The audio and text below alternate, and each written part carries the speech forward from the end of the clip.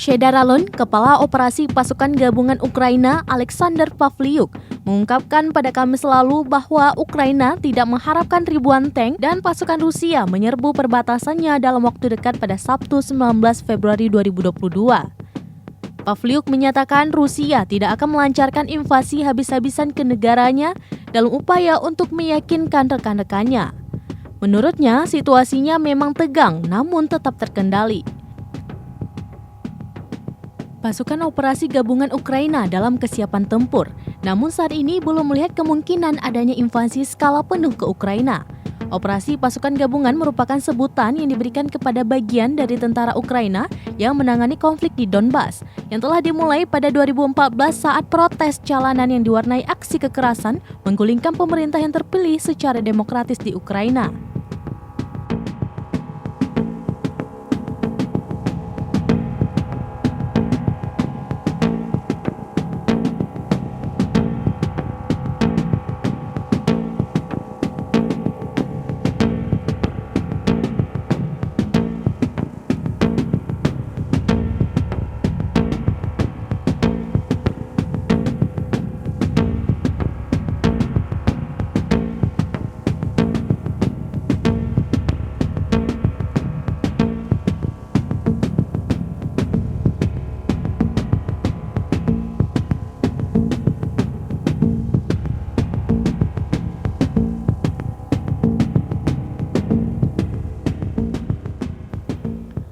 Kerusuhan tersebut akhirnya berujung pada proklamasi Republik Rakyat Donetsk atau DPR dan Republik Rakyat Lugansk atau LPR, dua negara yang hingga kini tidak diakui kemerdekaannya di timur Ukraina.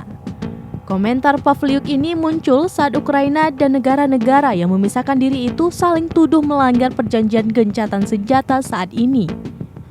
Pada saat yang sama, Rusia juga dituduh menempatkan 100.000 tentaranya di perbatasan dengan Ukraina, diduga dengan maksud untuk menyerang. Namun Rusia telah berulang kali membantah tuduhan tersebut dengan menyatakan bahwa mereka sedang melakukan latihan rutin di daerah tersebut.